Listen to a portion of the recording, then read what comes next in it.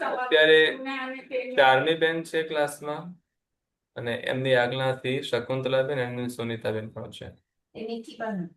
ના,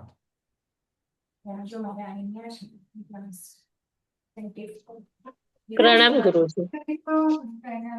પ્રેરણા. શું?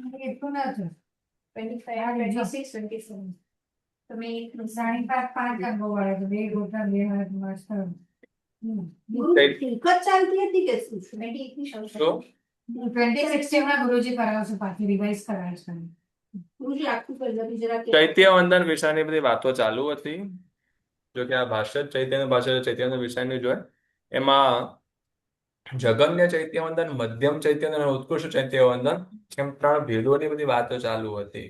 અને એમાં એક આચાર્ય ભગવાન એમ કહે છે કે જે આપણે પરમાત્માને 3 ખમાસમણા આપીને અર્યંત જાણન કરીએ તે જગન્ય ચૈત્ય વંદન, જે આખું ચૈત્ય વંદન કરીએ તે મધ્યમ ચૈત્ય વંદન, અને 4 પૈવાળું ચૈત્ય વંદન કરીએ તે ઉત્કૃષ્ટ ચૈત્ય વંદન હોય છે.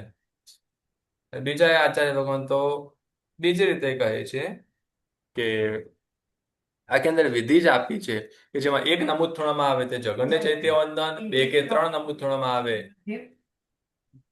તે મધ્યમ ચૈત્ય વંદન, અને 4 કે 5 વાર નમૂદ થોડવામાં આવે તે ઉત્કૃષ્ટ ચૈત્ય વંદન. પણ અત્યારે આવું 4 કે 5 નમૂદ થોડવામાં આવે એવું ચૈત્ય વંદનની વિધિ આપણને અત્યારે પ્રચલિતમાં જોવા નથી મળતી. એટલે આપણે આમ 2 રીતે લઈ શકીએ ને, એક જગન્ય 1 વારનો નમૂદ થોડમ ઓર અર્યંત ચિયાણમ. ના, તો 1 વાર નમૂદ થોડમ જો જગન્ય લઈએ તો મધ્યમમાં શું લઈએ?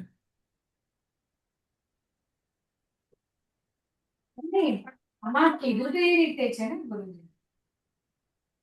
અત્યારે આપણામાં પ્રચલિત નથી 4 ને 5 વાળું નમૂદ થોડવાનું. એટલે આમાં કીધેલું છે, પણ એ બીજા આચાર્ય ભગવંતોનો મત એક એવા પ્રકારનો છે, પણ તે એ વિધિ ક્યાંય સાંભળવા નથી મળતી. ક્લાસમાં છું એટલે જે કંઈ પણ મેસેજ કરી લે.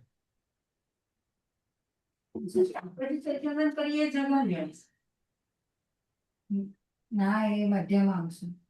અચ્છા, બીજા અન્ય આચાર્યના મતે પછી સીધી ટ્રેન્ડ કે બસ કંઈ આપણે જેમાં દર તમારું અઠવાડિયે ચાલી જતી હોય છે, તો પણ ટ્રેન્ડમાં જલ્દી પહોંચે. બસ પહોંચી નહીં શકે. એમાં 5-6 કલાક લાગશે, ટ્રેન્ડમાં 4 કલાક લાગશે. અને ટ્રેન્ડમાં થોડીક ગતિ વધારે હશે.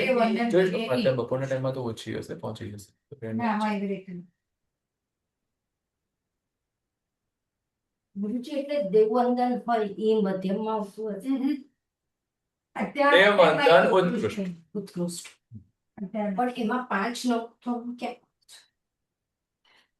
તમે કેમ 3 મિનિટ લેટ આવ્યા? આગળના ક્લાસ મિસ કર્યા. અત્યારે જ મેં કહ્યું, એ જ પાછો સવાલ કર્યો, એટલે એવું છે. 5 નમૂત્રમ નથી આવતા એટલે તો એ તો અત્યારે અન્ય આચાર્યનો મત છે. અત્યારની પ્રચલિત પરંપરા પ્રમાણમાં તે નથી ઉપયોગમાં આવતું. એ જ કહ્યું. એટલે કે 100-200 વર્ષ પહેલા એવું કંઈક ક્રિયા હોઈ શકે. 500-700 વર્ષ પહેલા હોઈ શકે. 100-200 વર્ષ જૂની ક્રિયા તો અત્યારે ચાલે જ છે. 250-300 વર્ષની ક્રિયાઓ લગભગ વળી સિમિલર જ છે. એમાં લાંબા ફરક નથી. આ ખાલી એટલું છે કે પેલા અષાઢ્ય પૂજા સિક્વન્સમાં નથી, જે અત્યારે સિક્વન્સમાં છે. એટલે એને પેલા એવો કોઈ નિયમ નતો કે આ પૂજા પહેલી કરવી, આ પૂજા પછી કરવી. અત્યારે આપણે એને એક સિસ્ટમ પેલી ગોઠવેલું છે. એટલે એટલો ભેદ હતો ત્યારે પણ કે પેલા અંગ પૂજા કરી, પછી અગ્ર કરવી, પછી ભાવ પૂજા કરવી. તો અગ્ર પૂજામાં પહેલા ધૂપ કરવો કે પહેલા અક્ષત કરવો કે પહેલા દીપક કરવું, એનો નિયમ નતો.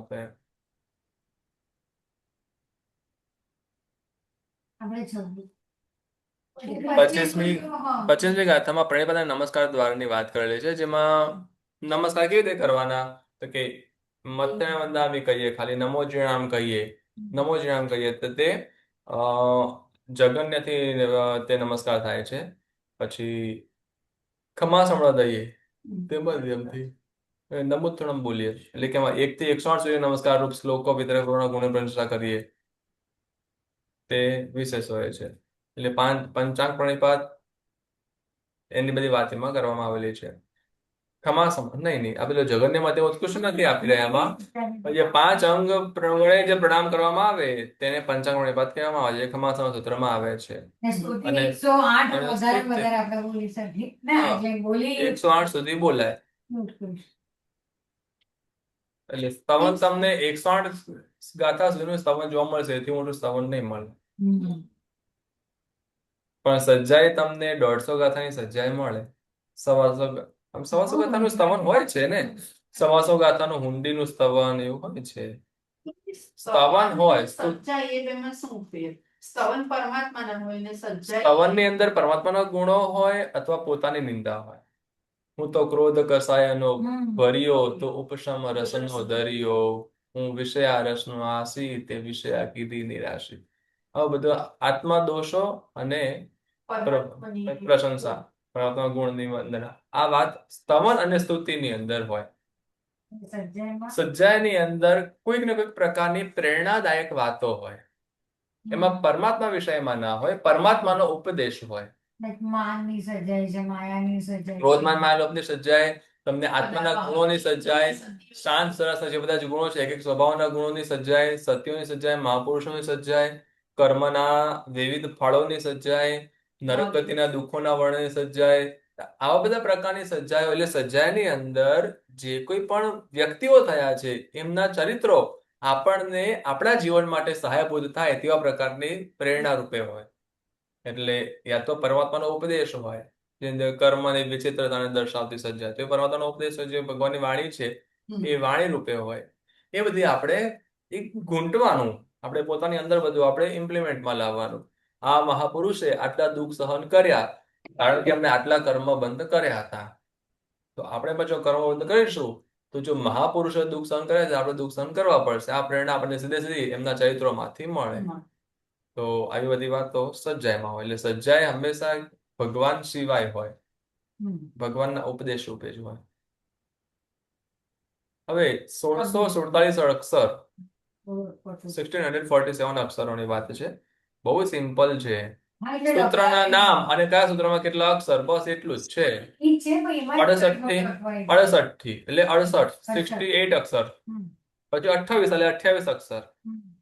નવય એટલે કે 9 એટલે 90, 9 એટલે 90, 9 એટલે 9, 90 પ્લસ 9 એટલે 99.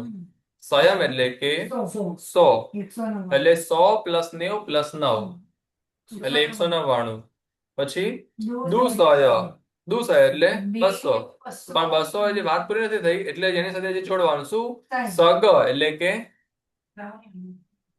સગ એટલે 7 અને 9 એટલે 90, એટલે 200 પ્લસ 7 પ્લસ 90 220 એટલે 297. 200 પ્લસ 7 પ્લસ 90 કરો એટલે 297 થાય.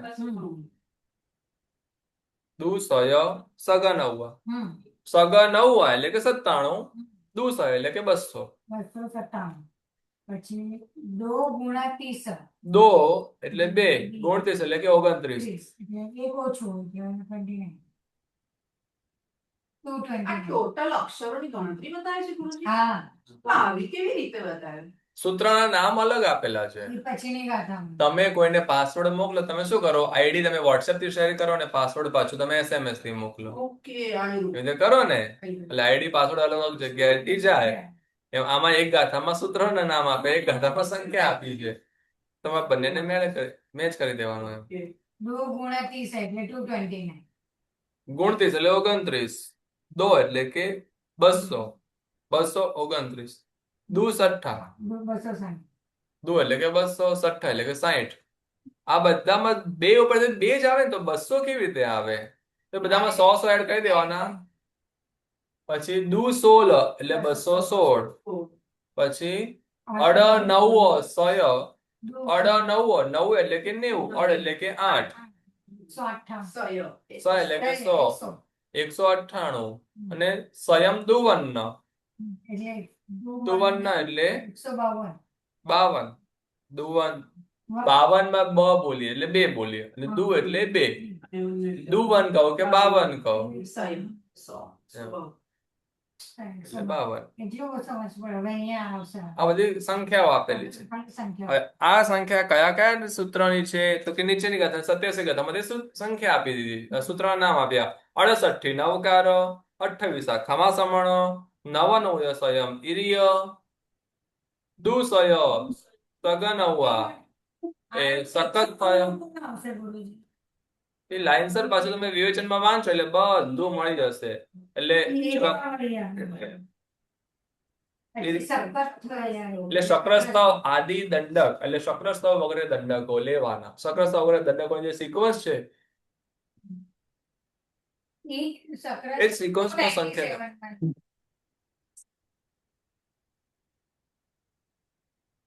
હા ગુરુજી આ બધું લખીએ તો અક્ષરો સંગીત એટલે આખું સૂત્ર લખવાનું, તેના અક્ષર લખવાના એમ. હા એ તે મેં પણ લખેલું છે. પણ એટલે એવી રીતે હશે ને તો વધારે ક્લિયર થશે અને શુદ્ધિ બધાની થઈ જશે. એ તો બધા પોતે જ જાતે લખી દે એક ખાલી એક નવકાર મંત્ર એવી રીતે લખો કે આખો નવકાર મંત્ર છૂટા છૂટા અક્ષરો લખવાના. એક તમે બોક્સ બનાવો, 3 લાઈન હોય. પહેલી લાઈનમાં નવકારના એક એક ખાનામાં એક એક અક્ષર, એની નીચેની લાઈનમાં એ અક્ષરની સંખ્યા 1 2 3 4 5 6 7 8. બરાબર, એ નીચે લાઈન છોડી દેવાની. પછી પાછી નીચેની 3 લાઈનમાં એટલે એક એક લાઈન છોડી તમે લખતા જાઓ ને તો તમને લાઈનની સમજ પડતી જાય અને એ અક્ષરનો ટોટલ સંખ્યા ગણતરીમાં થતી જાય. પણ હમણાં આજે 297 એમાં કયું આવશે એટલે તમે ખાલી 68 એક લખો, પછી એ પ્રમાણે બીજા સૂત્રનું પણ હોય એ તમે એના ઉપરથી સમજી શકો. અને પછી નીચે તમે ટોટલ સૂત્રનું નામ અને સંખ્યા લખી દેવી. તો બધું જ આખે સંપદા પણ આવે છે.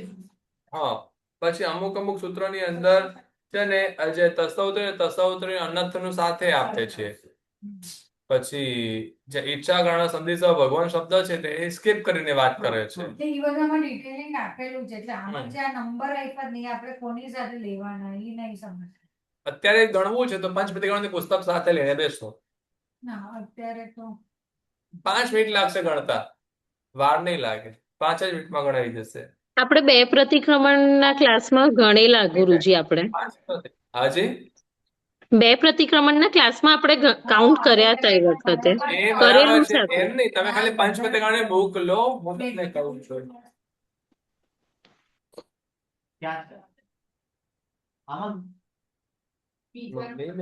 ડિલીટ કરી દીધું છે. હું ક્લાસમાં છું, તમે ડાઉનલોડ કરવું સાથે વાત કરી આપશે. પ્રેક્ટિકલી પોસિબલ નથી, જે હું તમને મેસેજ કરી દેવાનો છે. ત્રીજું ઉપરથી હા એમાં જો બધી બુક્સ છે.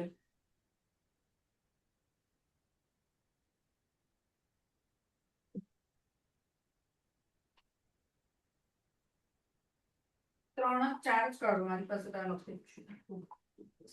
તમે આપી દો પછી મારી પાસે છે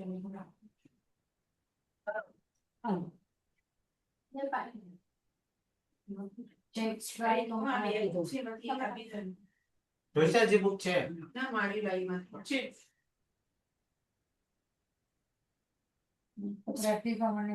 આપને આપી દો. અરે હાફ અક્ષરને શું ગણવાનું પછી?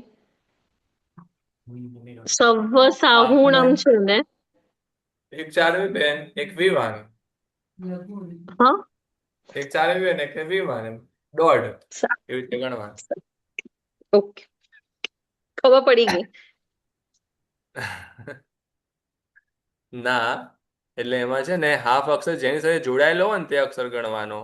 તમને લઘુ અક્ષર અને ગુરુ અક્ષર માટે તમને પહેલા સમજાવવા પડશે. પુસ્તક ખોલે કે ઉપર પંચપતિ ગણ ખોલું, તમને પછી કોઈ શબ્દ તમને કહું. એટલે આજે એરિયા ધારો કે ઈચ્છા કારેણ એમ છે, ઈચ્છા કારેણ શબ્દની અંદર કેટલા અક્ષર થાય તમે ગણીને કહેજો. 5 5.5 5 5.5 પોણા 6 જેવી વાતો આમાં આપેલી નથી. 5 કહેવાય તો પછી અક્ષર એ લઘુ કોઈ પણ ઈચ્છા કારણ કરો ને જસ્ટ ઈચ્છા કારેણ એટલું. ઈચ્છા કારેણ તો ઈ ચ પાછો વચ્ચે રહી ગયો તો એનું શું કરશું? 5.5 ના. તો ટોટલ એને ચ અને છ બંને જોડીને એક જ અક્ષર કહેવાનો. સિંગલ ટિકિટમાં આવી જાય. અંદર 2 years, એટલે પછી તે 5 જ અક્ષર ગણાશે, બરાબર? એટલે પાછલા શબ્દો પાછલા જેની સાથે જોઈન્ટ કરેલો હોય એ અક્ષર લે. 6 ની સાથે ચ અને 6 મળીને એક અક્ષર. હવે ઈચ્છા કારેણાની અંદર ગુરુ અક્ષર કેટલા અને લઘુ અક્ષર કેટલા?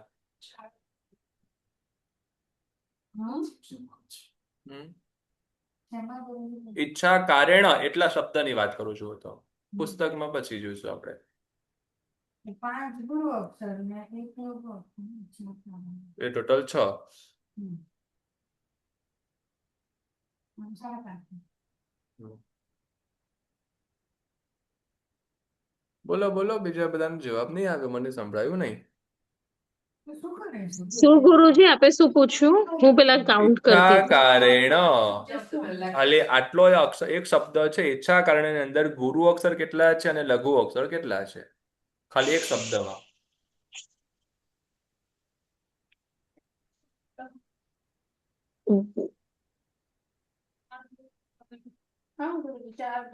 ગુરુ અક્ષર એટલે જોડાક્ષર અને લઘુ હા, અક્ષર એટલે સિંગલ અક્ષર. એક જોડાક્ષર છે એક જોડાક્ષર અને છે એટલે એક ગુરુ અક્ષર છે. 4 ગુરુ ગુરુ અક્ષર. નથી, એક ગુરુ છે, હા. ગુરુ અક્ષર એટલે જોડા. જોડાક્ષર, અને લઘુ અક્ષર એટલે સિંગલ અક્ષર. એ હવે 4 આ છે ગુરુ સિંગલ. અને લઘુની 2 રીતની વ્યાખ્યા હોય છે. નોર્મલી આ રીતે ગણતરી કરવામાં આવે છે. આ પુસ્તક, આ ગ્રંથ, આ ચૈતન્ય ભાષ્યમાં આ રીતે આપ્યું છે કે ગુરુ જોડાક્ષરને ગુરુ અક્ષર કહ્યા છે. અને આપણે જે કોઈ પણ સૂત્રની નીચે જે ડબલ અક્ષર, જે આપણે ગુરુ અક્ષર અને લઘુ અક્ષરની સંખ્યા જોઈએ છીએ ને, એ આ સિસ્ટમને ફોલો કરીને છે. જે જોડાક્ષર છે એ બધાને ગુરુ અક્ષર કહ્યા છે, અને જે સિંગલ અક્ષર છે એ બધાને લઘુ અક્ષર કહ્યા છે. પણ જ્યારે તમે પોતે કાવ્ય રચના કરવા બેઠા હો, તમે અનુષ્ટુપ છંદમાં કે ઉપજાતિ છંદની તમે ગાથા બનાવી રહ્યા છો, તો ત્યારે એમાં ગુરુ અક્ષર અને લઘુ અક્ષરની અંદરનો નિયમ બદલાઈ જશે.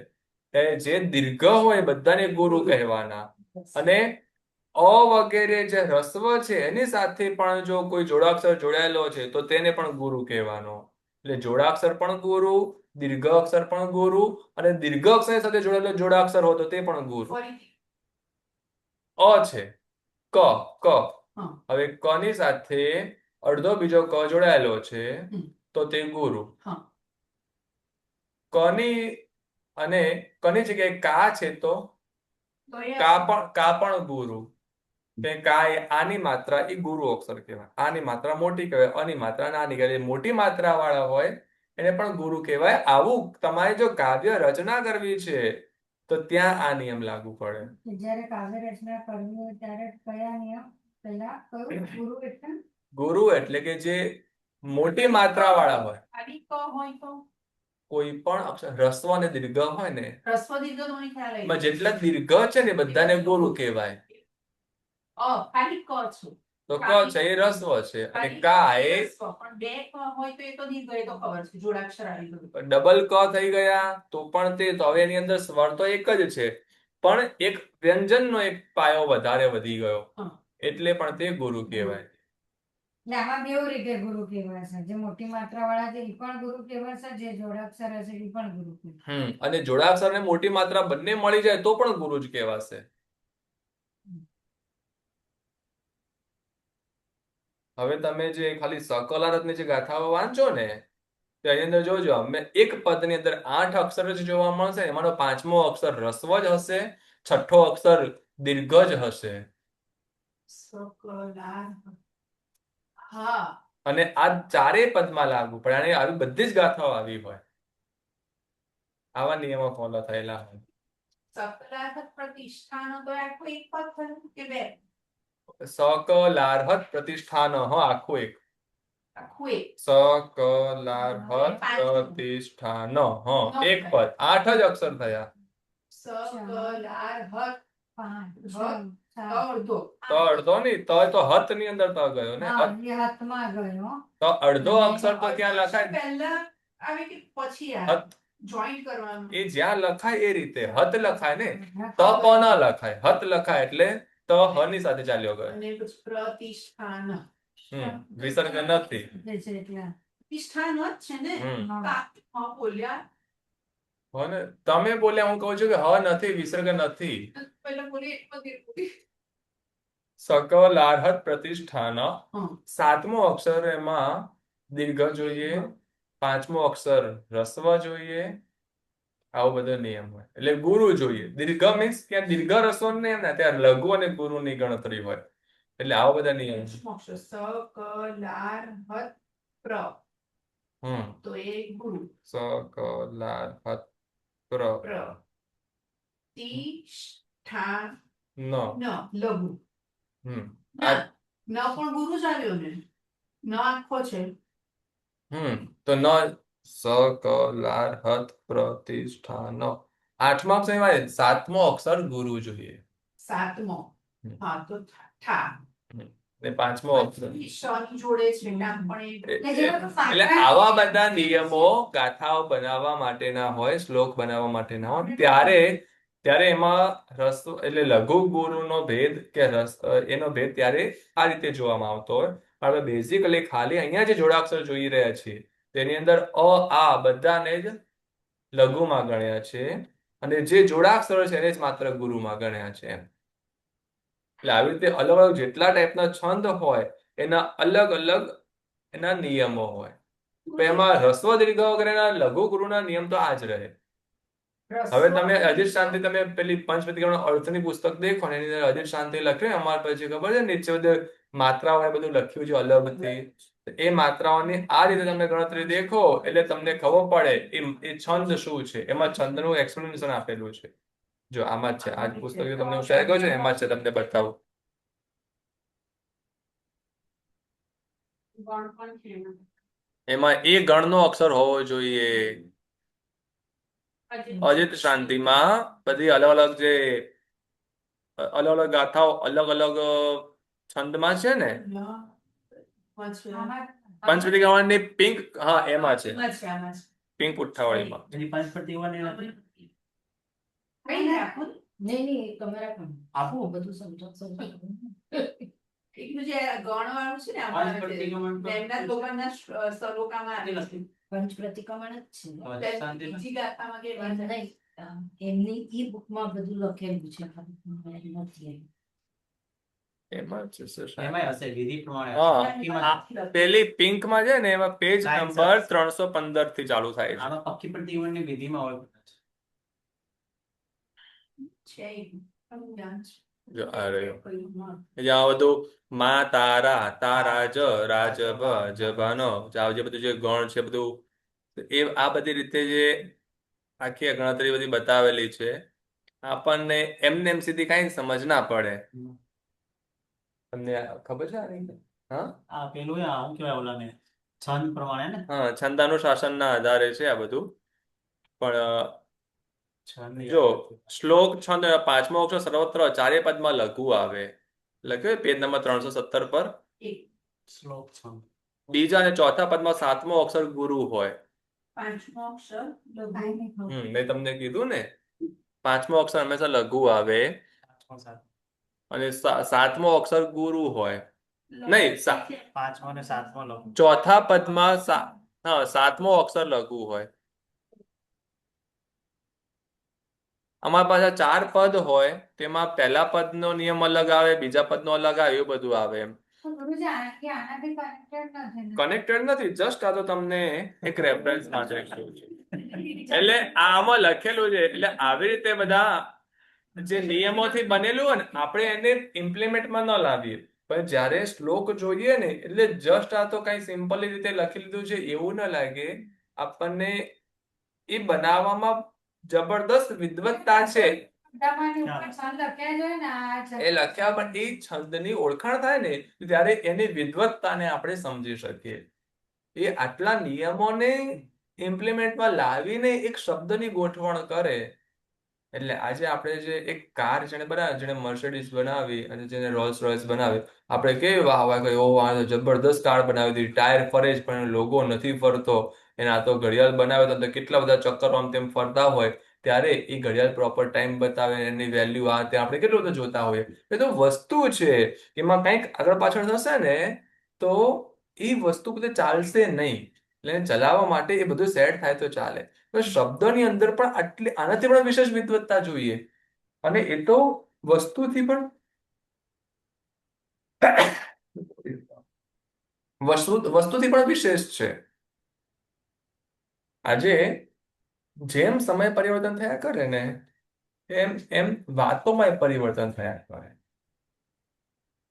ભગવાને જે કીધેલી વાત છે એ વાત એમ ને એમ અત્યાર સુધી આપણા સુધી પહોંચી, એની ગેરંટી શું? સૂત્ર. તો જો વાત કરેલી હોય ને જસ્ટ એ સિમ્પલ એમનેમ સાદા શબ્દોની અંદર હોય ને તો એ શબ્દો ફરી પણ જાય. હું અલગ રીતે વાંચું, બીજો કોઈ અલગ રીતે વાંચે, ક્યાંક પેપર થોડુંક ક્યાંક ખવાઈ ગયું છે, અક્ષરો વંચાતા નથી, હવે એ પાછો પદ પૂરો કરવો છે, તો હું પાછી મારી કલ્પના શક્તિ ત્યાં ઉમેરું ને એની અંદર હું પાછો મારો મન ફાવતો જેમ એક શબ્દ એવો હું ત્યાં ગોઠવી દઉં અને આખું વાક્ય પૂરું કરી લઉં.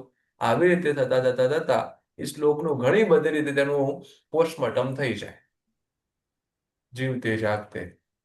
પણ એવું ન થવા દેવું હોય, જેવું પ્રભુએ કહ્યું છે એવું અત્યાર સુધી રહ્યું છે અને ભવિષ્યના હજારો વર્ષ સુધી રહેવા દેવું હોય, તેના માટે સૌથી મહત્વપૂર્ણ વસ્તુ કે એવા નિયમની અંદર એ શ્લોક બનેલો હોય તો જો ત્યાં જરાય પણ પરિવર્તન આવે ને તો એ નિયમ જ ન ચલાવે. એ નિયમ તેને એ વસ્તુ એ શબ્દને ત્યાં સેટ ન થવા દે. અત્યારે બી અમુક માણસો જે રચના કરે તો આવી રીતે રચના આવી કરે. રીતે કરે. હા, આ નિયમો ફોલો કરે. એટલે હજી બી એવું છે. હા છે ને, મેં અષ્ટક બનાવ્યું હતું એક. હા, તો એકવાર હા. કદાચ કીધેલું. તો એમાં મેં પણ આ નિયમ ફોલો કર્યા હતા. જોકે મને ટાઈમ લાગ્યો હતો બનાવતા, પણ કર્યા હતા એમ. હવે તારે કરવાનું. ગુરુજી એ સંસ્કૃતમાં બનાવે. ગાથા સમજાવો ને ખાલી 4. એ તો અલગ અલગ પદ સંપદા વગેરેમાં હોય છે. આપણે એક વખત એનો અલગથી જોઈશું. કેમ સકલારો ખાલી એક જ ગાથા ખાલી કોણ આમ અક્ષર છે એ પ્રમાણે. એક જનરલ ક્લાસ લેશું, એમાં આ બધી વાતો કરીશું કે ભાષાની સાવ હા, આ તો ભાષાની બધા કંટાળી જશે. બહાર ચાલ્યા જશું આ તો. ઓકે ગુરુજી ખાલી એમાં જ મજા આવે છે. કે આવી રચના કરવી તો કયા કયા અક્ષર ગુરુ અક્ષર કહેવાય? કાવ્ય રચના કરવી, હા, એટલે તે એની અંદર જોડાક્ષર હોય તેને ગુરુ અક્ષર કહેવાય. મોટી જે વાત. મોટી માત્રા વાળા હોય તે ગુરુ અક્ષર કહેવાય. જોડાક્ષર. અને જોડાક્ષર મોટી માત્રા વાળો હોય, બંને મળ્યો હોય તો પણ તેને ગુરુ અક્ષર જ કહેવાય. અ આ ઈ ઉ ઋ. અ નહીં, આ આ ક એ ગુરુ અક્ષર કહેવાય. ક ગુરુ અક્ષર નથી, પણ એની અંદર બીજો ક જોડાયેલો છે, ડબલ ક છે, તો તેને ગુરુ અક્ષર કહેવાય. એમ ખાલી રસ્વ છે તો તેને ગુરુ ન કહેવાય. પણ અહીંયા આગળ આપણે જે જોઈએ છીએ તો માત્ર જે સાદી જે સીધા જે આપણને જોવામાં એકદમ ઈઝી પડે ને કે આ બધા ડબલ ડબલ અક્ષરો છે તેને ગુરુ કહી દેવાના, એ સિવાય બીજા બધા લઘુ. ચ અને છ મળીને એક જ અક્ષર કહેવાય અને તેને ગુરુ કહેવાય. ગુરુ એટલે ભારે, જલ્દીથી હલે નહીં. એની સાથે બહાર છે ને એ ચીપકેલું છે.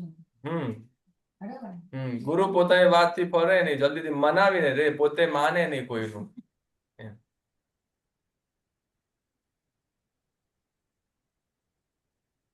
તો નવકારમાં કેટલા અક્ષર? તો કે 28. હવે આપણે સીધા વિવેચનમાં 68 28 ખમાસમણાનો 28. એટલે વિશેષાર્થમાં જઈએ એમાં આ બધી વાત કરેલી જ છે. નવકાર મંત્રને તે પંચમંગલ મહાશ્રુત સ્કંદ સૂત્ર, એનું નામ આખું શું છે? પંચમંગલ મહાશ્રુત સ્કંદ. નવકાર મંત્રનું મૂળ નામ પંચમંગલ મહાશ્રુત સ્કંદ છે. કોઈ નમસ્કાર મહામંત્ર કહેતા હોય, કે પંચ પરમેશ્વરી નમસ્કાર સૂત્ર કહેતા હોય, પણ એનું સાચું નામ, મૂળ નામ પંચમંગલ મહાશ્રુત સ્કંદ છે. તે હવય મંગલમ સુધી જાણવું એટલે 68 અક્ષર થાય. કેટલાક કચ્છના આચાર્યો અનુષ્ટુપ છંદના દરેક પાદમાં 8 અક્ષર જોઈએ. હવે પઢ મમ હવ ઈ મંગલમ 9 થઈ ગયા. હવે છેલ્લો જે છેલ્લી એસો પંચ નમુકારો સવ પાવપણાસણો મંગલાણમ ચ સવ્વે સિમ પડમમ હોય મંગલમ. આમ કરીએ ને તો 8 અક્ષર થાય. હવે હવ ઈ મંગલમ કરીએ તો એક અક્ષર વધી જાય, તો એ છેલ્લા બાકીની 3 લાઈનની અંદર 8 8 8 અક્ષર જ છે, પણ ચોથા પાદની અંદર 9 અક્ષર થઈ જાય છે. તો ત્યારે તે એ 8 અક્ષર કરવા માટે કેટલાક આચાર્યો તે નવકાર મંત્રના હવય શબ્દને બદલે હોય મારે છે, તે અચલ ગચ્છની અંદર મનાય છે. એટલે તેઓ 67 અક્ષર માને 67 માને છે. એ 67 નું રીઝન પણ હવે તમને સમજાયું હશે. આ થોડું જે છંદ અનુષ્ટુપ છંદ વગેરે વાત જો થોડી કરી તેના પરથી તમને હવે થોડી વધારે ક્લેરિટી થઈ. બરાબર. પણ આની ઉપર એક સવાલ નો થાય આપણને. હમ નવકાર મંત્ર શાશ્વત છે, બરાબર, એની રચના કોઈ કરી નથી. હમ તો પછી છે. ભાવથી જ આ મેં સમજાવ્યું હતું બે પ્રતિક્રમણ અર્થના ક્લાસમાં, એટલે આ લોકો કહે છે. હા પણ કયો એટલે ક્લિયર કરો. હા, જો એવી રીતે હોય તો પ્રાકૃત ભાષા જ શાશ્વત નથી, તો નવકાર મંત્ર શાશ્વત કેવી રીતે? નહીં, આ એ તો કે છે ને નવકાર મંત્રના આધાર પર ઘણા જે લેંગ્વેજ ના એક્સપર્ટ હોય એ બધા કે પ્રાકૃત ભાષાની શરૂઆત ક્યાંથી થઈ આપણને પહેલેથી ચાલી આવેલું છે. પહેલેથી ચાલી આવેલી ભાષા નથી, શાશ્વત ભાષા છે સંસ્કૃત. સંસ્કૃત ભાષા પણ શાશ્વત છે. પણ નવકાર તો પ્રાકૃત છે. સંસ્કૃત ભાષા ટોટલી નિયમથી બંધાયેલી ભાષા છે. જે નિયમથી બંધાયેલું હોય ને એ હંમેશા રહે. હમ. એટલે સંસ્કૃત ભાષા એ તમને મહાવરી ક્ષેત્રમાં જઈને બોલશો તો પણ ચાલશે, નૈરાવ્ય ક્ષેત્રમાં પણ ચાલશે, ડેવલપ આવી જાય. દેવલોકમાં પણ ચાલશે. તો પણ નવકાર વિદ્વાનોની હંમેશા સંસ્કૃત ભાષા છે ને વિદ્વાનોની ભાષા જ રહેલી છે, કારણ કે નિયમને જાણવાને નિયમો પ્રમાણે ભાષા બોલવી હા. એ વિદ્વાનોની જ નિશાની છે. પણ સંસ્કૃત હવે- કરતા પહેલા પ્રાકૃત હતું ને. સંસ્કૃત માંથી અપભ્રંશ થયેલી ફર્સ્ટ ભાષા છે તેનું નામ છે પ્રાકૃત. અને પ્રાકૃત ભાષા એ વિષયમાં પણ પાછું ઘણું બધું લાંબુ લેક્ચર આપ્યું. મગધ દેશની ભાષાને માગધી કહેવાય. પૈશાચિકી ભાષા પણ પાછી અલગ છે. સૌરસેની ભાષા પણ અલગ છે. એટલે પ્રાકૃત ભાષાની આઈ થિંક એવી વ્યાખ્યા કરી હતી ને કે લાઈક પ્રદેશમાં જે બોલાતી હા હોય એ પ્રાકૃત ભાષા. હવે એ એ પ્રદેશની સંસ્કૃત પ્રાકૃત ના હોઈ શકે તો પછી સંસ્કૃત પ્રાકૃત ના આવે, કારણ કે સંસ્કૃત એક પ્રદેશની ભાષા નથી. નહીં એટલે સંસ્કૃત યુનિવર્સલ લેંગ્વેજ છે. આ તો પ્રદેશમાં પણ બોલાય જ ને જો. પ્રદેશમાં બોલા તો બધા લોકો ના બોલે, કારણ કે બધા વિદ્વાન ના હોય. પણ પહેલા તો સંસ્કૃત જ બોલાતું હતું ને પહેલા થોડી ગુજરાતી હા, બોલાતું. પહેલા- પહેલા એટલે વર્ષો પહેલાની વાત કરીએ. આપણે બીજા આરાની વાત કરીએ બસ. બીજા આરાની ભાષા જ અલગ હતી. ત્યારે યુગલિકો હતા ત્યારે તો સંસ્કૃત પણ ન હતું. ત્યારે ઋષભદેવ પ્રભુએ જયારે લિપિ શીખવી અને પછી ભાષાનું જ્ઞાન આપ્યું, ત્યારે પછી સંસ્કૃત ભાષા સૌથી પહેલા કારણ કે પ્રગટ થઈ સંસ્કૃત અને બ્રાહ્મી લિપિ શરૂ થઈ. મેં પ્રાકૃત કયોર્સ કર્યું હતું ને તો એ કહેતા હતા સંસ્કૃત પહેલાથી પ્રાકૃત. એ કે પણ પ્રાકૃત સંસ્કૃત તમે વ્યાકરણ કરશો ને ગ્રામર કરશો તો પહેલા તમને સંસ્કૃતના 7 અધ્યાય શીખવશે, પછી 8મા અધ્યાયની અંદર પ્રાકૃત આપી દેશે સિદ્ધેયમ શબ્દશાસ્ત્રમની અંદર. એમાં એમ કે સંસ્કૃતના આટલા નિયમ પ્રમાણે આટલું ચેન્જ કરવાથી આ પ્રાકૃત આ પ્રમાણે શબ્દો થઈ જાય છે. એટલે બધા જ શબ્દો સંસ્કૃતમાંથી કન્વર્ટ કરાવડાવી દે. તમે સંસ્કૃત ફાવે તો તમે એમાંથી કન્વર્ટ કરી તો શકો. આ નિયમથી નવકાર મંત્ર શાશ્વત કે નહીં? હા, તો એની વાત મેં કરેલી હતી ને કે હવે જો પ્રાકૃત ભાષા જ શાશ્વત અને નવકાર મંત્ર શાશ્વત કેવી રીતે? તો આપણને શાસ્ત્રમાં બધા કે આ તો મેં ખોટું નથી કહ્યું. ભાવથી આવથી શાશ્વત કઈ રીતે હોઈ શકે? અર્થથી શાશ્વત. અર્થથી શાશ્વત છે. I mean, એના શબ્દો નથી બદલાઈ શકે. શબ્દો પંચ બદલાઈ પરમેશ્વરી શકે. નમસ્કારની જે સિક્વન્સ છે, જે સિસ્ટમ છે, એ રીતે તે નમસ્કારમાં મંત્ર શાશ્વત છે. બાકી જો એને જેમ છે એમાં જ શાશ્વત માનીએ તો પાછું અચલગચ્છમાં અલગ મનાય છે, પાછું સ્થાનકવાસીમાં અલગ મનાય છે, દિગંબરમાં અલગ મનાય છે. જૈન ધર્મમાં 4 ફાટાઓની અંદર 4 રીતે અલગ નવકાર મંત્ર. પહેલાથી થોડી થાય તો. દિગંબરમાં એનો ઉલ્લેખ મહાવીર પણ ભગવાન આપણને મળી લગભગ આવે. 450 આસપાસ વર્ષ પછીથી થયો. એ જ તો કહું છું તો આપણને અને ઉલ્લેખ તો મળી લુંકા મત આવે જે છે. સ્થાનકવાસી મનાય છે એનું નામ સાચું નામ લુંકા મત છે. તો લુંકા મત જે લોકાશાહ થયા ત્યારથી થયો, એટલે એના લગભગ 700-800 વર્ષ. 1500 ની મારી પાસે એક્ઝેક્ટ ડેટ પણ છે. 1500 ની અરાઉન્ડમાં થયું. એટલે અત્યારે આપણે 2021 થયા. એટલે 700-800 વર્ષ પહેલા થયો ને. 600, હા, 500-600 એટલે- વર્ષ એટલે- જોરમાં. એ જ એટલે 100 વર્ષ આમ. કારણ કે પાછી હા, સ્થાનકવાસીમાં તો પહેલાના 5 જ પદ માને છે.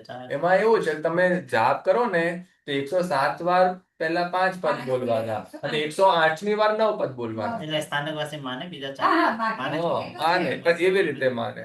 પણ આવી રીતે એટલે- બને છે. લોકો અમુક વાર આખા 9 બોલે છે, પણ અમુક વાર જાપમાં 9 નથી બોલતા. જાપમાં 5 વાર 5 જ પદ બોલે. એટલે આવી રીતે જોવા જઈએ તો આ બધું અલગ અલગ છે, પણ આમાં સિસ્ટમ શું છે તે આપણે બધી વાત કરેલી હતી. એટલે 67 અક્ષર માને છે તો તેનું કારણ પણ આપણે આ શ્લોકના સિસ્ટમથી આપણે જાણી શક્યું. મહાનિષેધ સૂત્રમાં 68 અક્ષરો ગણાવ્યા છે. તેમજ મંત્રાક્ષરો તરીકે જુદી જુદી રચનાના ધ્યાનમાં 67 અક્ષર લઈએ તો એક અક્ષર ઓછો પડી જાય, કારણ કે અનુષ્ટુપ છંદમાં 9 અક્ષરના પદો ઘણી વખત મહાકવિની રચનામાં પણ જોવા મળે છે. હવે કેવું હોય કે કેટલા કોઈ બહુ મોટા વ્યક્તિએ કોઈ ભૂલ કરી હોય ને તો ચાલે. ભાઈ તેને ભૂલ ના કહેવાય, એને જ સિસ્ટમ બનાવી દેવામાં આવે. અથવા પછી મોટા વ્યક્તિ જે કઈ પણ કહે ને એ પોતે ભૂલ ના કરે, પોતે ઈચ્છીને પોતે ચાહે કે ના મારે કંઈક આવું કહેવું છે, એટલે પોતે એ રીતે પણ કંઈક અલગ કરે. પછી વિદ્વાનોની ઓળખાણ છે, વિદ્વાનો એવું કંઈ કરે એ લોકો સમજીને કદાચ કરતા હશે. કંઈક વિશેષ કારણથી, કોઈક વિશેષ મંત્રના કારણથી, કોઈ વિશેષ ફળના કારણથી. કેટલાય હવે વિદ્વાન છે જો એમને આપણે સમજી શકીએ તો પછી આપણે પણ વિદ્વાન હોય, પણ આપણે વિદ્વાન પોતાને નથી માનતા ને, એટલે આપણે એમને ના સમજી શકીએ. પણ એવા કોઈ વિશેષ કારણથી તેમને જે રચના કરેલી હોય છે તે રીતે ક્યાંક ક્યાંક આવી રીતે નવ અક્ષર જોવા મળતા હોય, નોર્મલી ક્યાંય ના હોય. તમે 36 લાખનું ચૈત્ર વાંચો ને, જબરદસ્ત મોટો ગ્રંથ છે, આખો ગ્રંથ અનુષ્ટુપ છંદની અંદર છે, એક એક લાઈનની અંદર એક એક ગાથા લખી છે વ્રતની અંદર. અચ્છા. તો કમસે કમ એ 36 લાખ ચૈત્ર બહુ બધા ગ્રંથો છે, એટલે બહુ બધી ગાથાઓ છે, 10 પર્વને થઈને 10 પણ એક એક પર્વમાં પાછા બહુ બધા સર્ગ છે. હા, એમાં બી બધા વચ્ચે વચ્ચે પાર્ટીશન. હા, એટલે એ ટોટલ 10 પર્વમાં થઈને હશે કંઈક 25-30 હજાર શ્લોકો તો હશે, કદાચ એથી વધારે પણ હશે. એક્ઝેક્ટ મને સંખ્યા ખબર નથી, ગૂગલ કાકાને પૂછી જોઈએ. ગૂગલ કાકા બરાબર.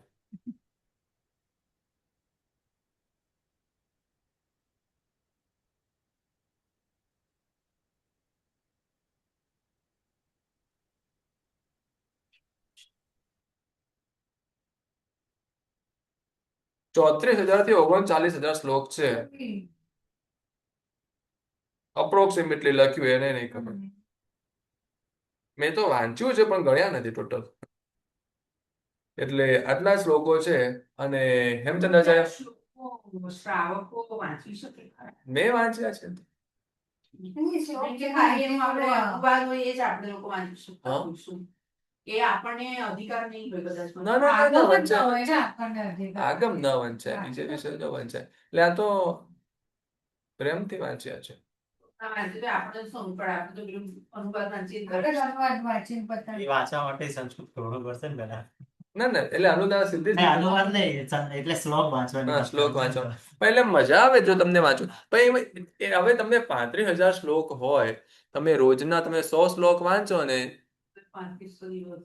તો એ 3500 દિવસ થાય. 350 દિવસ. 350 દિવસ. હા, એટલે તો પણ એક વર્ષે પૂરું થાય. અને એક દિવસ રોજના 100 શ્લોકની એવરેજ લેવી પડે. વાંચવાનું. ના, વર્ષમાં ના બધા વધારે હશે, આવું ઓછું લખેલું છે. કદાચ વધારે શ્લોક હશે, 35,000 નહીં હોય. કારણ કે 80 શ્લોક 100 શ્લોક તો અમે વાંચતા હતા. તમને એક પર્વ પૂરું કરવામાં અમને 3 મહિના લાગી ગયા હતા, 3-4 મહિના. તો ટાઈમ ખાય એવું છે. રામાયણ અને મહાભારતનું અને ઋષભદેવ ભગવાન ચરિત્ર આ ત્રણની અંદર બહુ મોટી વધારે એની સાઈઝ છે. બીજા બધામાં જે બહુ નાનું છે. પણ એટલે તો આ બધા શ્લોકોથી અનુષ્ટુપ છંદ, આવું તો ઘણી બધી રચનાઓ છે. અને બધું આપણે જોવા જઈએ તો મહાપુરુષોએ જે કર્યું છે તો એટલું બધું કર્યું છે કે આપણે ત્યાં જોવાની આપણી તાકાત નથી. અત્યારે જેટલું છે એટલામાં, એમાં જો પછી જો મુગલ આક્રમણો ન થયા હોત ને આપણું બધું જ્ઞાન જો અત્યારે સચવાયેલું રહ્યું હોત તો આજે ઇન્ડિયા એમનેમ જ ટોપ પર જ રહેલું હોત. વર્ષોથી ટોપ પર હતું, ફર્સ્ટ લેવલ પર હતું અને હંમેશા ફર્સ્ટ પર જ રહેત. તો આ કોઈની તાકાત જ નથી કે ઇન્ડિયાને પાછળ પાડી શકે, ખાલી આપણી જ્ઞાન સમૃદ્ધિ રહેલી હોત તો. પણ બધું એ શું છે કે હંમેશા બધાની એવી માનસિક સ્થિતિ ના હોય ને કે સારું જોઈ શકે, એટલે આવું બધું થઈ જાય. એટલે પછી આર્ષ ઋષિ મહાત્માઓની રચના હોય તો પછી તેમાં આશ્ચર્ય શું છે? એટલે આજે નવકાર મંત્રની વાત કરેલી છે. ખમાસણ તે છોભવંદન સૂત્ર. છોભવંદન એ ખમાસૂત્રનું બીજું નામ છે. છોભવંદન કે થોભવંદન એ બંને ચાલે. એરિયા હોય ત્યાં પ્રતિક્રમણ સૂત્ર સ્કંદ ઈચ્છા પડીકરણથી ઠામિક અવસાન સુધી લેવાનું. એટલે જે 100 એમાં લેવાનું. એરિયા હા, 28 તો કમાસમાં. હું તો એરિયા યાદ નહીં રાખતી. જો એરિયા તે પ્રતિક્રમણ શ્રુત સ્કંદમ ઈચ્છાની પરિક્રમ્યોથી ઠામિક અવસરમ. મેં કહ્યું ચાર્ટ બનાવ્યો નથી કયા સૂત્ર કેટલા અક્ષર. ઠામિક અવસરમ એટલે કયું સૂત્ર સુધી? નહીં, બુક તો છે જ. એટલે ઇરિયાવયમ છે ને લીધું આગળનું આખું ઈચ્છા કરે છે ઇરિયામી પરિક્રમામી ઈચ્છમ એટલું નહીં લેવાનું. ઈચ્છામી પરિક્રમથી સૂત્રોની શરૂઆત કરવાની અને ઠામિક અવસર્ગમ સુધી ગણવાનું. એટલે ઠામિક અવસર્ગમ એટલે ઇરિયાવયમ અને તસ્સૌત્રી બંનેને સાથે લીધેલું છે તસોત્રી અને ઇરિયાવયમ એ બંને સાથે ગણે ત્યારે કેટલા અક્ષરો થશે. હવે તમે પંચપતિગણની પુસ્તકમાં ગણી જુઓ કેટલા અક્ષર કરવાના છે ઇરિયાવયમ અને તસ્સૌત્રીના થઈને. 199 પંચપતિગણની બુકમાં ઇરિયાવયમ તસ્સૌત્રીને તમે શું કરો એક એક લાઈનના અક્ષરો તમે ટોટલ કરો અથવા એક એક સંપદાના અક્ષર ટોટલ કરો.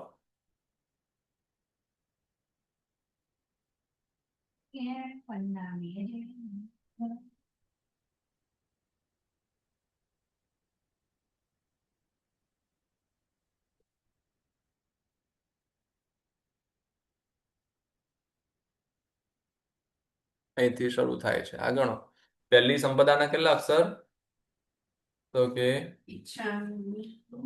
આઠ. લઈને પહેલી સંપદાના 8 એટલે ત્યાં 8 લખો. બીજી સંપદાની બાજુમાં લખો 12.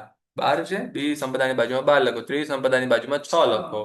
ચોથી સંપદાની બાજુમાં ના ચોથી સંપદા 1 2 3 4 5 6 7 8 9 10 11 12 13 14 15 16 17 18 19 20 21 22 23 24 25 26 27 28 29 30 31 32 33 34 35 36 37 38 ચોથી સંપદામાં 38. આવી રીતે તમે 10 સંપદાના લખી દો બધા. એરિયા 7 સંપદા એટલે એ 7 પછી તસ્સૌત્તરી એ ટોટલ એ બધા સંપદાની ટોટલ સંખ્યા લખી દો પછી ટોટલ આખા સૂત્રની સંખ્યા તમે કરી દો. હવે આમાં લખ્યું છે અહીંયા નીચે ઇરિયા સૂત્રના નીચે લખ્યું છે કે લઘુ અક્ષર 136 છે. 136 તમે ઈચ્છાની પરિક્રમથી લેવાનું કે ઈચ્છા ગણનાથી લેવાનું એ પણ તમે જોઈ શકો છો સૂત્રમાં લખ્યા પ્રમાણમાં. આપણે જે ચૈતન્ય ભાષ્યમાં આપ્યું છે એ પ્રમાણે પાછું તો ટોટલ 199 કરવાના છે ને એમાં 2 સૂત્રો મળીને કરવાના છે એટલે એમાં ઈચ્છા પરિક્રમથી લેવાના છે.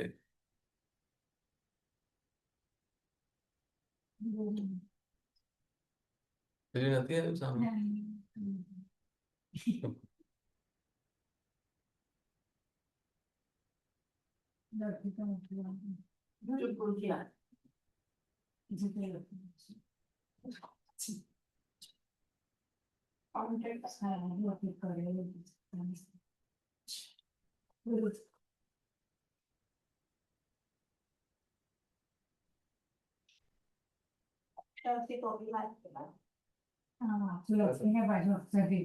આખું ભાષા કરેલું જ છે.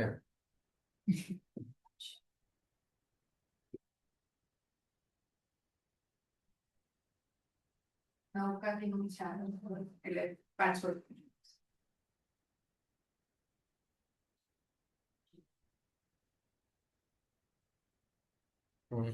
સમજતો મળે.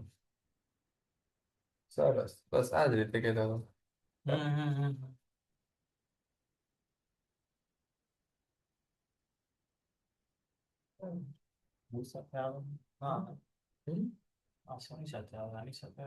એ ડબલ બોલવામાં અડધો અક્ષર હંમેશા પહેલા અક્ષર સાથે છે. સત્વ જા પણ લખવામાં થાય.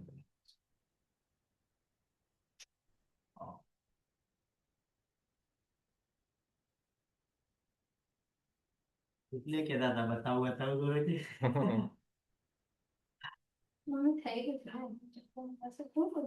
ના આખું નથી તો બાકીની વાતો બાકી છે એટલે એમાં જાન છે વગેરે બધું લખ્યું છે.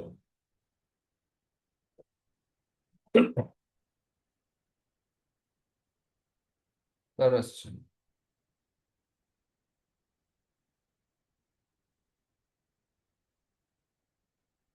તો આ રીતે તમે ટોટલ સંખ્યા લખજો સૂત્રની જેથી તમને ખબર પડી જશે. પછી તસ્સૌત્તરી જોડી દેશો એટલે તમને મળશે.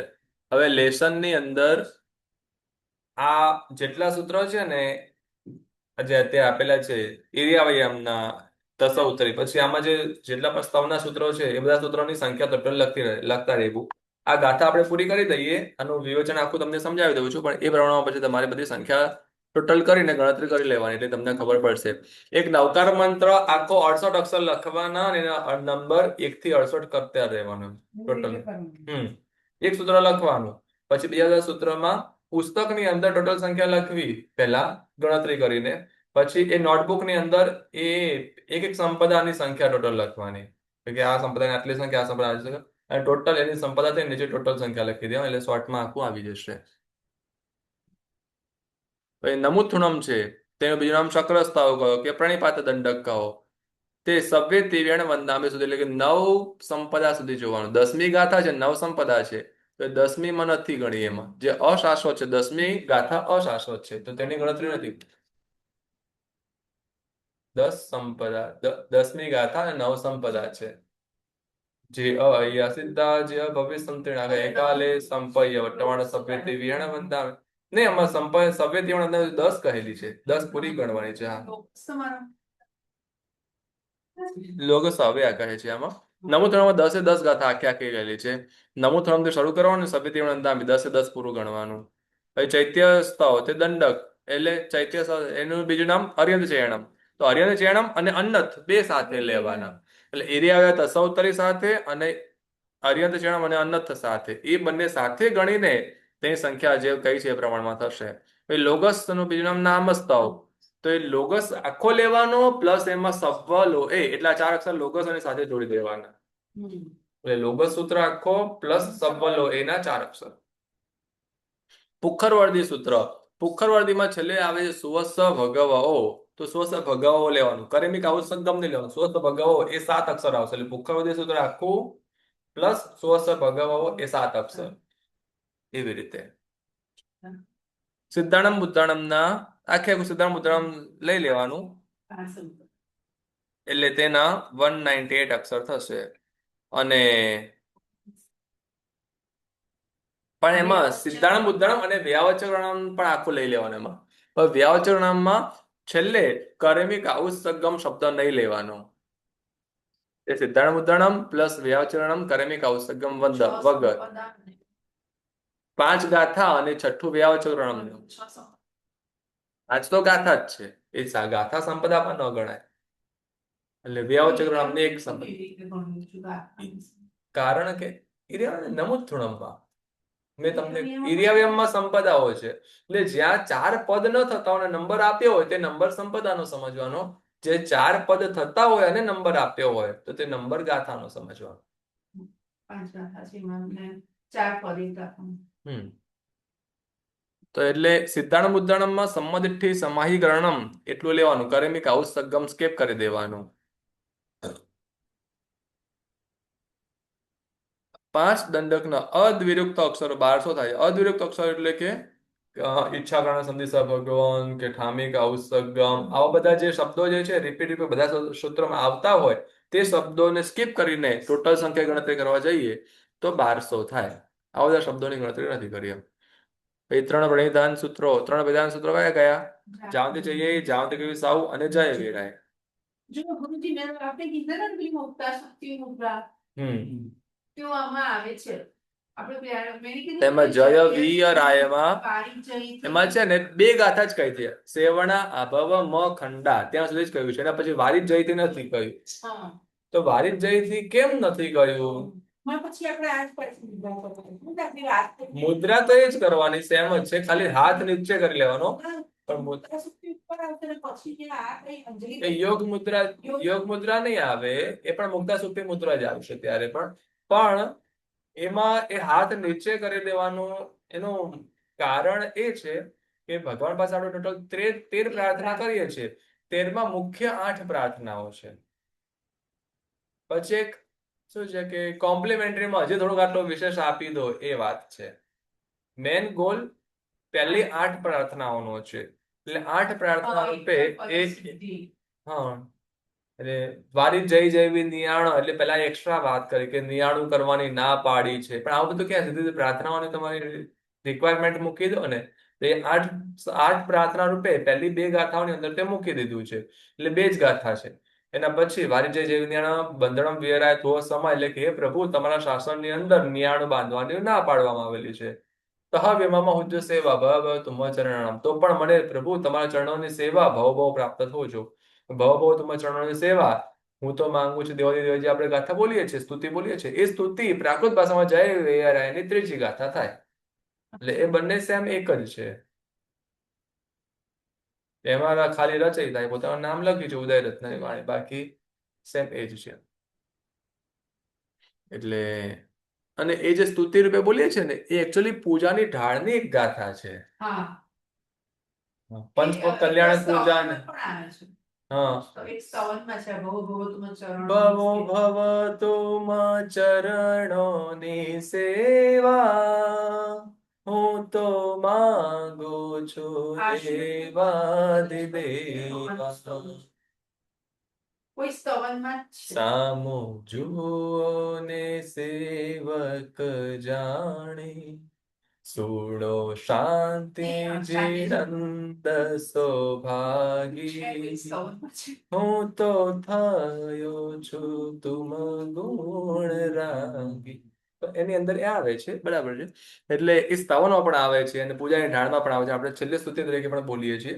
અને ત્રણેય એ જે ભવ ભવ તુમ ચરણોની સેવા હું તો માંગુ છું દેવાદી દેવા, એના પછી પૂજાની ઢાળની અંદર લાઈન બદલાઈ જાય છે.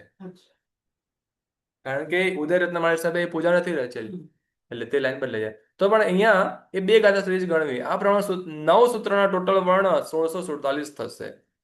ટોટલ 9 સૂત્રોની વાત કરી. ખમાસમણ એટલે આમ 9 સૂત્રોની અંદર પાછું આવે. ધારો કે સિદ્ધાણમ બુદ્ધાણમ અને વ્યાવચરણ બંને મળીને એક જ સૂત્ર કહ્યું. ઇરિયામ તસૌત્રી બે મળીને પાછું એક જ સૂત્ર કહ્યું છે. ઇર્યાવયન તસૌત્રી અનથ લોગસ નમુથુણમ ભાવંતી જાવંત અને જય નવો સગરમ એ ભદ્રભાવ સ્વામી દ્વારા રચિત છે, તે નહીં આવે. જય વેરાયની બે ગાથા. પછી અર્યંત ચેણમ અને અનર્થ મળીને એક, અને સિદ્ધાણમ બુદ્ધાણમ અને સિદ્ધાણમ બુદ્ધાણમમાં વ્યાવચરણમ એક. પણ ત્રણ જે પેલા જે છે ને ત્રણ પ્રણિધાન મળીને એક જ ગણવાનું. ત્રણ પ્રણિધાન એક જ સૂત્ર ગણવાનું. જાંત છે જાંત કે સામે જય વીર રાય, એ ત્રણ સૂત્ર મળીને એક. એવી રીતે ટોટલ લઈને 9 થાય છે. એ ભાષાની અવચર્યમાં કહ્યું છે કે વારંવાર બોલાતા અન્યથ સૂત્રોના વર્ણ સહિત 2384 અથવા ઉડ્ડુ ઈ એણમ પાઠથી 2389 અક્ષર થાય છે. છી એણમ જંભાઈ એણમ ઉડ્ડુ એણમ બોલે છે, આમાં ઉડ્ડુ ઈ એણમ કહ્યું છે. આવું ભાષા સૂત્રની અવચોરીમાં કહ્યું છે. ઉડ્ડુ ઈ એણમ ખબર નથી. અને તે બીજી વાર બોલાતા નમૂતરમના 297 અક્ષર ઉમેરતા નમૂતરમ 2 વાર બોલીએ એટલે 2 વાર 297 અક્ષર ટોટલ એડ કરીએ, તેવી રીતે 2681 અક્ષર થાય છે. ઉડ્ડુ ઈ એણમ પાઠ પ્રમાણે 2686 અક્ષર થાય છે. ઉડ્ડુ એણમ એક શબ્દ પાછો એમાં એડ કરવો.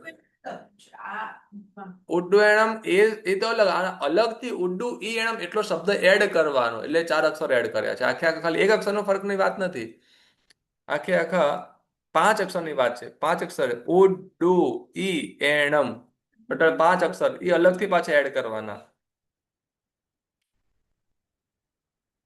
એટલે ખાલી એક અક્ષર એડ કરવાની વાત નથી, આખો શબ્દ જ એડ કરેલો છે. ક્યાંક વાપરતા હશે પણ આપણે અત્યારે રૂટીનમાં ક્યાં આવતું નથી. તો એ રીતે જો ગણતરી કરવા જઈએ તો 2384 કે 2681 કે 2686 એવી રીતે થઈ શકે.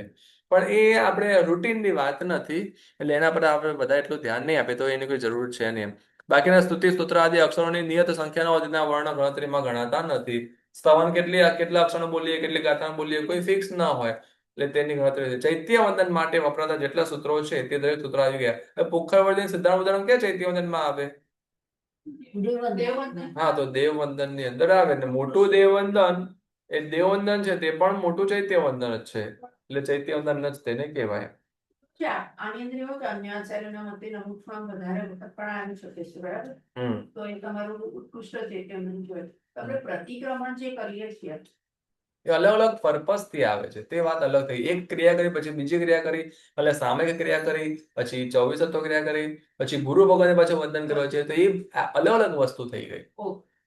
દેવવંદનમાં તો સાથે સીધે ભગવાન સાથે જ વાત આવે છે, એટલે ભગવાન ડાયરેક્ટ જે વાત આવતી હોય તે જ ગણતરીમાં લેવા. ચૈત્ય નિશાન. ગાથા પણ પૂરી થઈ ગઈ છે. 27મી ગાથા પૂરી થઈ. બી એટલીસ્ટ કરે સમજીને તો તમારા સૂત્રોની શુદ્ધિ કેટલી આવે બધાની જ બહુ જ સરસ મજાની. એમ લઘુ અક્ષર ગુરુ અક્ષર કેટલા અક્ષર છે આપણે કયા ક્યાં ચૂકીએ અક્ષરો છીએ. જોયા હતા. હવે એ 1647 અક્ષરમાં 28મી ગાથામાં બસ 181 પદો આવશે, 181 પદ આવશે. એટલે એમાં જેટલા અક્ષર છે બધા અક્ષરો કારણથી છે. એ અક્ષરના એટલા પદો પણ ગણેલા છે, કોઈ રીતે પછી છૂટે નહીં. એ આપણે નેક્સ્ટ ટાઈમ જોઈશું. શા કારણે સંદેશા ભગવાન દિવ્યમય પડી થોડી ઈચ્છા પડી મેળ્યા વિયા વિનાના લોમા ભગવાન વિયા પરિક્રમણ વિસાવી નંબર પરસ્પર શૂન્ય પંચિંગ અભિયાન તે છે અન્વય સંગત અભિયાન વિદ્યામય